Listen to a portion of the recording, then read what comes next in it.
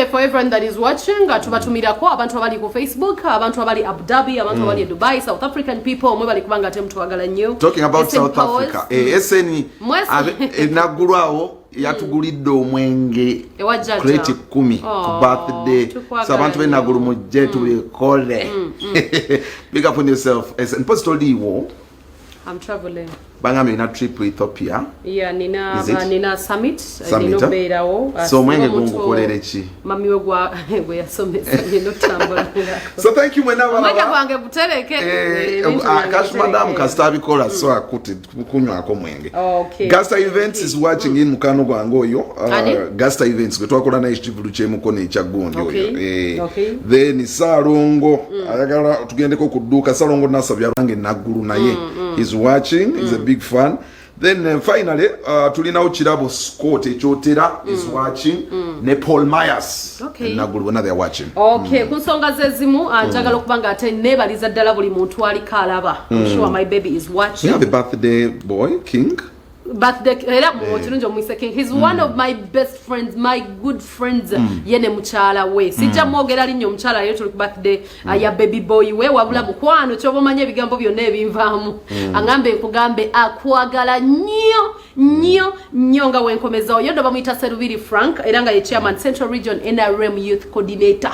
Hey, taka ekifaananyi gwe, taka ekifaananyi. Abantu. Oyo gola banno. Munagomba. Wakabye gomba atamumanyi Serubiri Frank obato ina chomanyi iranga honorable agambye nkugambe happy birthday kwagala nnyo we bali kumwagala omanyi omwami wakwagala nakufula choli kiba kyanjawulo omwami ono afudde mukyala we namba emu mu ggwanga Uganda iranga kugamba happy birthday yes honorable Nava agambye kugambe happy birthday we bali kubanga ate oli muntu wanjawulo mu bantu abayitirivu munnagomba happy birthday. Okay, there you go. Happy birthday to you. Sparkle Promotions na ikutumidika message Sparkle Promotions is watching. Abambi Ronnie News kwali omwana yaberangako Ronnie Management something management olusi mutwe chimvamo nasonywa Vibes Official na ye kwali nabantu abenjawulo bambi abapa message ku Facebook. I'm so sorry olusi tera opening a messenger for some reason. Nyo olusi bupopinga wano wagulu. Christopher kati mulabe Christopher kateriga ali ku messenger. But anyway, let me try. For okay, Hamza is watching. Hamza Yusuf. Atoina Papsol. Bananga barame muina amanya. Nenga dabali ku Facebook live namwe tubatumira ko mwe bali kubanga ate amuberangako I'm sure. My doctor, my baby is also watching, so I'm saying thank you so much. Kale, for the benefit of time those that tusumule mboze ndala. Tusumule just today.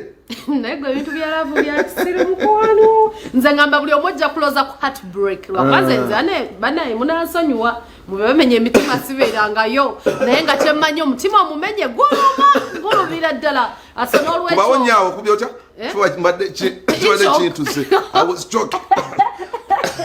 No abantu bebachawa bambi tubasasirako nafe bebatachawanga ko tuyinza okujja nenze sijja kukkiriza muntu kumenya mutima omenyo mutima ngani wabula just tedde we twogerera bano be bantu nga balino ba magiki I remember telling you yesterday ne kugamba bana bambi bavudde wala the half history mulimo muntu kugamba ati gundi yambererawo just today yabererawo prima yabererawo just today yes and mulimo muntu akubererawo no gamba ne wemba nkoze ensobi ono yere we twesonyiwa tekijja kukola mawulide mwana abadde ku stage nga kamu bibiri prima nkwagala prima gwe wange netugamba kisedoneka hindu yaddawa mukwano abasajja muswaza yabadde so excited wokwolwo kaka santi mukwano omuntu nga yali ayagala kitegeze byaddala love ya yene gundi badde muluma ne Mr. Gondi era biba bimuluma nawe kuba kwekaza kuba kwekazo ye yali amugattako akuko kirungi buli omu yagatta ku munne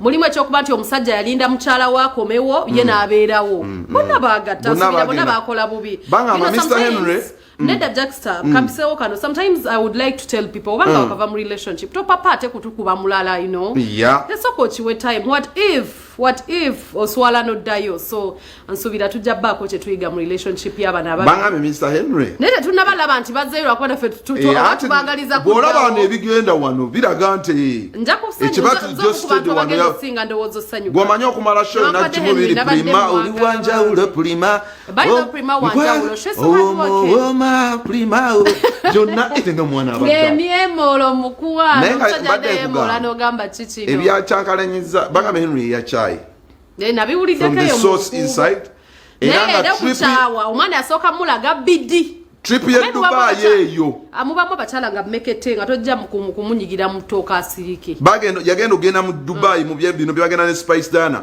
nga already balina misunderstand so ate n'agenda e Dubai n'amulagako nakisusa n'amulaga bidi nnyo n'omulaga n'ebibedde ebyo bye yali nabyo n'alowooza naye omukazi ali mbagagga nfudde abasajja bamuli batiitiizi so I want to be with somebody who doesn't appreciate you. It just doesn't make sense. Or you Mr. Henry katulabe John Sede nga performing ngere mukwano gumuli mchenda 24/7 prima oli wanjawulo oh my baby nebirala bingi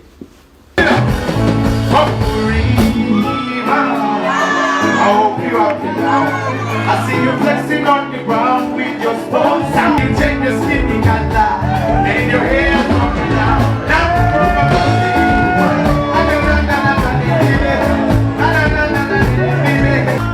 One more time I can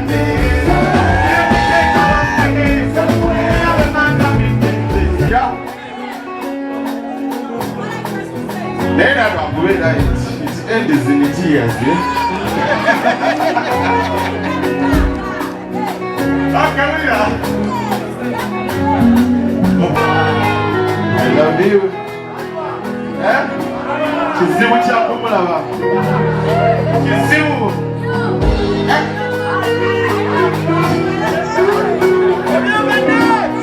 Baby wange yavudde wano ne bamutwala wamu.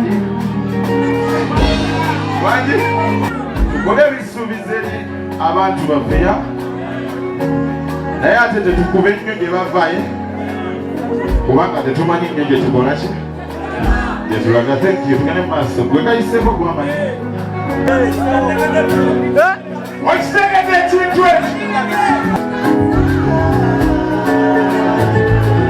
mpolampula. MC Guts is the king of the mic, yeah? I know you can sing a song, man. You can sing it to someone, yeah? I don't even do it, bro. That is what you do to me every day. Imagine me for years I've been obeying. Only one time MC Guts, you know? Bad stories, but you keep the industry going, yeah? We love music, man. Love you, Jill said it.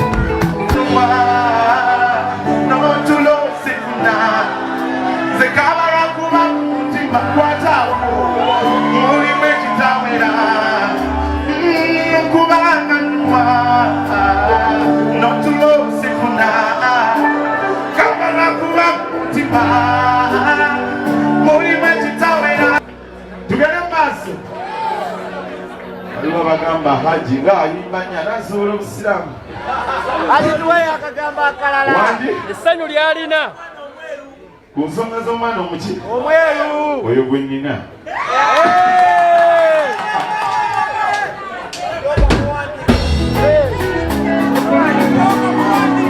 kano mukamuweereze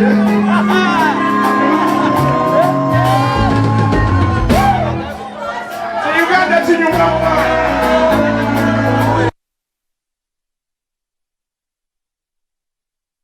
Oh, the guy was so. But you know, sometimes when you love someone, that's what happens. Waliona kwa kumwana w'omuntu n'otandika ossekaweka. That is what is happening, and I love what I'm saying. Chemanyi just said badde nga ku tension walabe chiwala nga kiri happy omuntu wangu. You know, ekyo kye bayita nti omuntu yali ayagala munno oba omuntu ayagala munno. Henry nga yamukuba abaana namugamba, you know, I'm the one who takes care of the kids. Nze mbalabirira, nze mmanyi bwe bazuukuka nze. So I'm the dad to them. And when Henry teyali mubi alabirira abaana ba munno. Ate ngamba yalabirira. Nengaloza ye just said ejali musanyufu. Teyali musanyufu ekyo kitulaze n'otulaga. He was so happy. He's so happy. He who last dakika 5 mwemu actually and was so tukube ku story